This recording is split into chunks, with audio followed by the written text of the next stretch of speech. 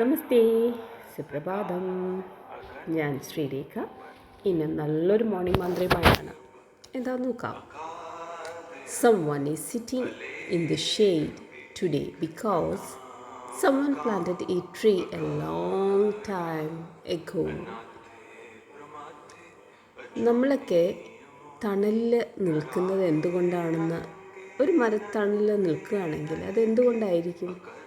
ആ മരം അവിടെ ഉള്ളതുകൊണ്ടാണല്ലേ. ആ മരം ആരായിരിക്കും നട്ടത്? ആരോ, നമ്മൾക്ക് പോലും അറിയാത്ത.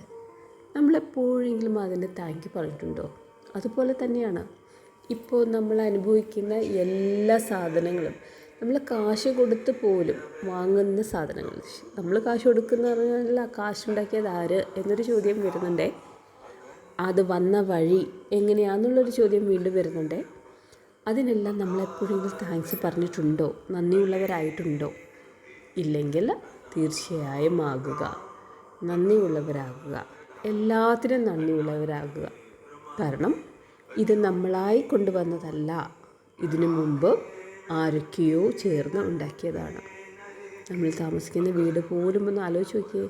വീടിപ്പോൾ നമ്മൾ ഉണ്ടാക്കിയതായിരിക്കും. ആ ഭൂമി, അവിടുത്തെ ഓരോ സാധനങ്ങളും നമ്മൾ കടയിൽ പോയി സെലക്ട് ചെയ്ത് വാങ്ങിക്കുമ്പോൾ എത്ര പേരുടെ പ്രയത്നമായിരിക്കും ആ ഒരു സാധനം, ആ ഒരു മെറ്റീരിയൽ. തിങ്ക്. നമ്മളങ്ങനെ ചിന്തിക്കാൻ തുടങ്ങുമ്പോൾ നന്ദിയുടെ അല്ലെങ്കിൽ നന്മയുടെ ഒരു അംശം നമ്മളിലേക്കുണ്ടാകും. ആർക്കുമില്ല എന്നല്ല, എല്ലാവർക്കും ഉള്ളത് തന്നെയാണ്. പക്ഷേ അതിൽ കുറച്ച് കൂടുതലായി മാറും.